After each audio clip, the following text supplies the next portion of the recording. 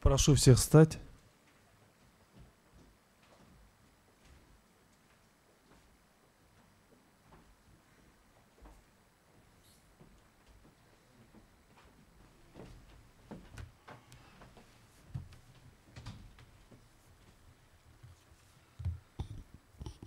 Провозглашается результативная часть решения Конституционного суда по делу о проверке конституционности части 1 статьи 17 Закона Крымской Республики о ветеранах войны, вооруженных сил и тружениках тыла в связи с обращением тип 1 Александра Владимировича, представляющего интересы Михайлова Олега Павловича.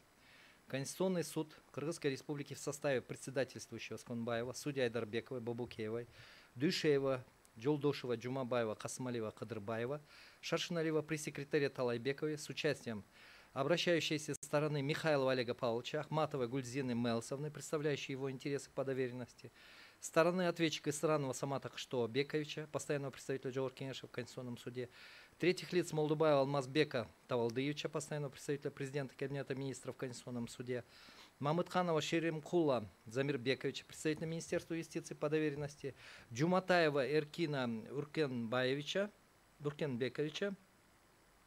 представителя Министерства обороны Крымской Республики по доверенности, Кенешева Махсатбека Кенешевича, Кадралиевой Айсулу Тынарбековны, представителей Министерства труда, социального обеспечения и миграции Кыргызской Республики по доверенности. Руководствуясь частями 1.2 статьи 97 Конституции, статьями 4, 17, 40, 45 Конституционного закона о Конституционном суде, рассмотрел дело в открытом судебном заседании о проверке конституционности части 1 статьи 17 Закона Кыргызской Республики о ветеранах войны, вооруженных сил, тружениках тыла в связи с обращением тип 1, представляющего интересы Михайлова. Поводом к рассмотрению дела явилось ходатайство тип 1. Основанием к рассмотрению данного дела явилась обнаружившаяся неопределенность в вопросе о том, соответствует ли Конституции Кыргызской Республики часть 1 статьи 17 Закона о ветеранах войны, вооруженных сил и тружениках тыла. Заслушав информацию судьи-докладчика Айдарбековой, проводившей подготовку к судебному заседанию, исследовав представленные материалы, выслушав пояснения третьих лиц, руководствуясь пунктом 2 части 2, частью 4 статьи 97 Конституции, статьями 48, 49, 52 и 53 Конституционного закона о Конституционном суде, Кыргызской Республики Конституционный суд решил признать часть 1 статьи 17 Закона Кыргызской Республики о ветеранах войны, вооруженных сил и тружениках тыла, не противоречащей части 4 статьи 11, части 1 статьи 23, части 1 статьи 24 Конституции Кыргызской Республики. Решение окончательное обжалованию не подлежит. Вступает в силу с момента провозглашения. Решение обязательно для всех государственных органов, органов местного самоуправления, должностных лиц, общественных объединений, юридических и физических лиц и подлежит исполнению на всей территории республики. Опубликовать настоящее решение в официальных изданиях органов государственной власти, на официальном сайте Конституционного суда и вестнике Конституционного суда Кыргызской Республики. Есть некоторые пояснения, почему Конституционный суд пришел к таким выводам.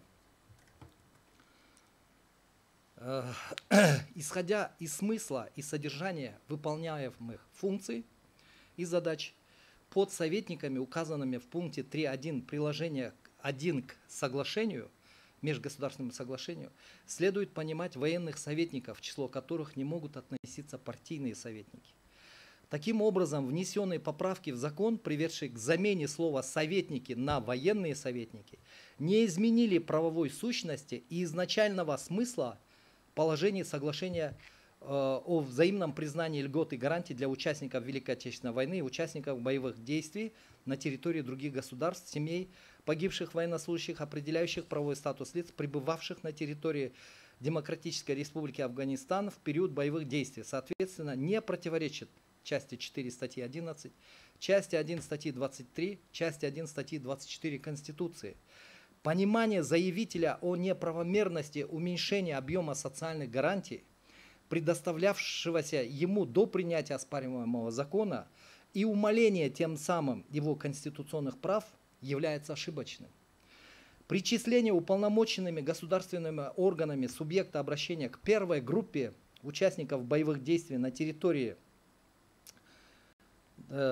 других государств до внесения изменений в закон о внесении изменений в дополнение в некоторые законодательно Кыргызской Республики от 30 декабря 2009 года за номером 319 и предоставлении ему гарантий и льгот в соответствии с положениями указанного закона явилось результатом неверной трактовки положений вышеуказанного межгосударственного соглашения, определяющих правовой статус лиц, пребывавших на территории Демократической Республики Афганистан в период боевых действий.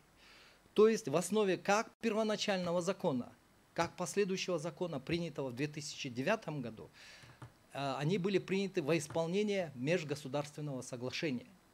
И если какие-то лица, участники, скажем, той группы лиц, которые пребывали в период боевых действий на территории Афганистана, то нужно было, разумеется, эти проблемы решать до подписания и до ратификации этого межгосударственного соглашения. Оба закона, имея с одной стороны одну и ту же трактовку, но они в полной мере передавали сущность, замысел, который был изложен в этом межгосударственном соглашении. То, что до 2009 года он получал льготы, это явилось неверным пониманием сути вот тех положений о правовом статусе этих лиц, которое было изложено в соглашении. Последующие изменения, оно ни в коей мере не уменьшает как бы предоставленные уже льготы. Он всего лишь упорядочивает правовое регулирование по этому вопросу. Суть решения понятна всем? Заседание Конституционного суда объявляется закрытым.